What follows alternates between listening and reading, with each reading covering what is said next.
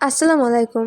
এই ঐতিহ্যবাহী চাল ভাজার মোয়া আপনারা খুব সহজেই বাসায় তৈরি করে ফেলতে পারেন। ছোট বড় সবাই পছন্দ করবে। যারা মিষ্টি খাবার খেতে পছন্দ করেন তাদের কাছে তো মোয়া খুবই পছন্দ একটি খাবার।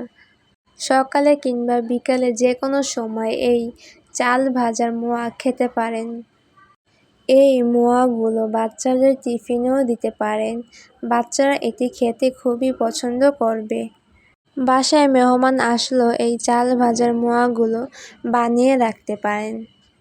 মেহমানদের বিকালের নাস্তায় এটি বানিয়ে দিতে পারেন বা নিজেরাও সকাল বিকালের নাস্তায় এটি বানিয়ে খেতে পারেন।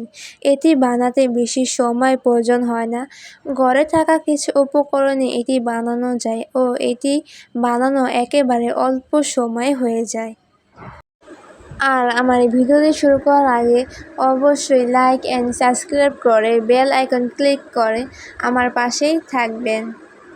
আমি যেভাবে এই চাল ভাজার মোয়া বানিয়েছি একবার এইভাবে বানিয়ে দেখুন, খেতে খুবই সুস্বাদু হবে। প্রথমে এখানে আমি 200 গ্রাম চাল নিয়েছি। আপনারা এখানে যে কোনো চালই ইউজ করতে পারেন। আর আমার আগের কিছু চাল ভাজা রয়ে গেছে, সেজন্য আমি এখানে 200 গ্রাম চাল নিয়েছি ভাজার জন্য। আগে যে চাল ভাজাগুলো আছে সেখানে আমার প্রায় 200 গ্রাম চাল ভাজা আছে। এই চাল মিলিয়ে আমার প্রায় 400 গ্রাম চাল ভাজা আমি নিব।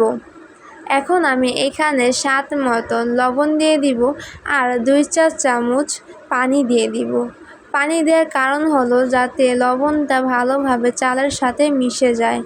এখন আমি এগুলো ভালোভাবে চালের সাথে মিশিয়ে নিব। আর একেবারে বেশি পানি দিবেন না। আপনারা যদি মিষ্টি খাবারে লবণ খেতে না পছন্দ করেন তাহলে নাও দিতে পারেন, কিন্তু সামান্য পরিমাণে লবণ দিলে চাল ভাজার মোয়াটা আরও দ্বিগুণ সুস্বাদু হয়। আর এখানে আমি একটি বাটিতে কিছু তিল নিয়েছি। আমার তিলে কিছু চোকলা রয়ে গেছে, এতে কোনো সমস্যা নেই। তিল দিলে খেতে আরও দ্বিগুণ সুস্বাদু হয়। আপনারাও চেষ্টা করবেন তিল দেওয়ার জন্য।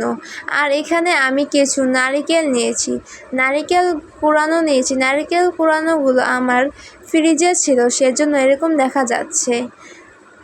নারিকেল আর তিল দেওয়ার চেষ্টা করবেন, তাহলে বিশ্বাস করুন খেতে আরও দ্বিগুণ পরিমাণে সুস্বাদু হয়। আর আমি যে চালগুলো লবণ দিয়ে মাখিয়ে রেখেছিলাম সেই চালগুলো আমি একটি পাতিলে দিয়ে দিব। এখন আমি চুলার আঁচ মিডিয়াম টু লোতে রেখে চালগুলো ভেজে নিব। আর আপনারা যে চাল ভাজাগুলো দেখতে পাচ্ছেন এগুলো আমার আগে থেকে ভাজা ছিল। এদিকে আমার যে পাতিলে চালগুলো আমি ভাজতেছিলাম সেগুলো ভাজা হয়ে গেছে। এখন আমি চুলাটা অফ করে দিয়ে আমি চুলায় একটি পাত্রে ঢেলে এখানে আমি যে 400 গ্রাম চাল ভাজার জন্য যে পাতলা মিঠাই আছে খেজুরের, আধা কাপের মতো আমি নিয়ে নিব। আমার যেহেতু 400 গ্রাম চাল ভাজা, সেজন্য আমার এখানে পাতলা খেজুরের মিঠাই প্রায় আধা কাপের মতো লাগবে। আপনারা যতটুকু বানাবেন ততটুকু পরিমাণ নিয়ে নেবেন। আপনারা চাইলে এখানে শক্ত মিঠাইটাও নিয়ে তৈরি করতে পারেন। যদি শক্ত মিঠাই দিয়ে তৈরি করেন তাহলে একটু পানি দিয়ে মিঠাইটা গলিয়ে নেবেন। আমার হাতের কাছে এই পাতলা মিঠাইটা আছে, সেজন্য আমি এটি দিয়েই বানাচ্ছি।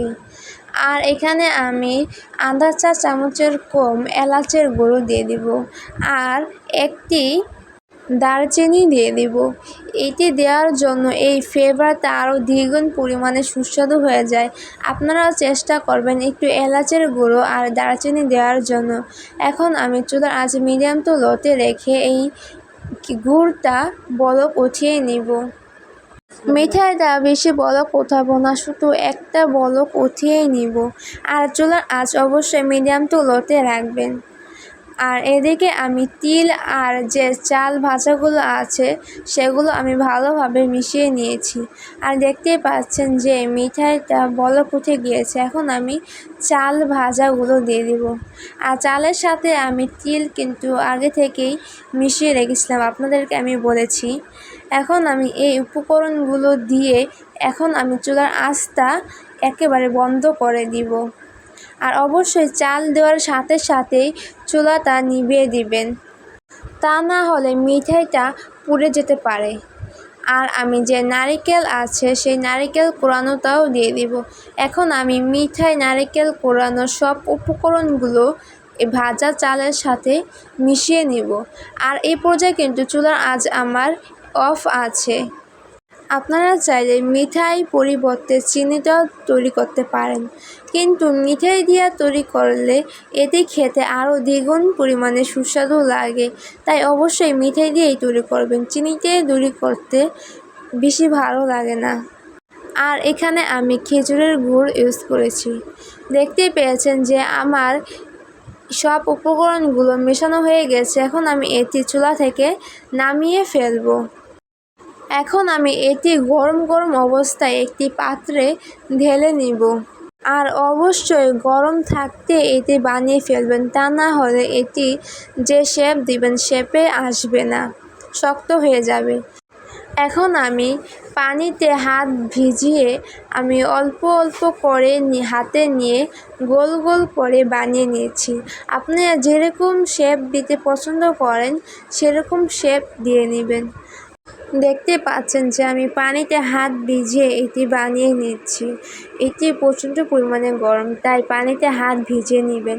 আর যদি পানিতে হাত ভিজিয়ে বানান তাহলে এটি খুব সুন্দরভাবে বানানো যায়, হাতে লেগে যায়ও না। দেখতে পেয়েছেন আমি কীভাবে বানিয়ে নিয়েছি। একইভাবে আমি সবগুলো বানিয়ে নিব।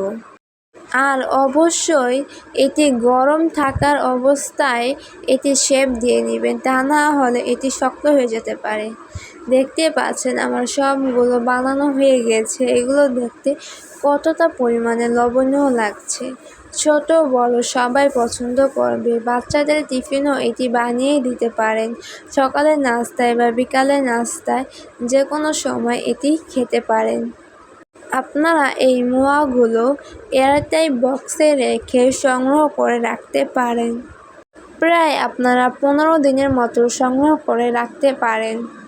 আর আমি এখানে যেহেতু তিল আর নারিকেল দিয়েছি সেজন্য এটি খেতে আরও দ্বিগুণ পরিমাণে সুস্বাদু হয়েছে।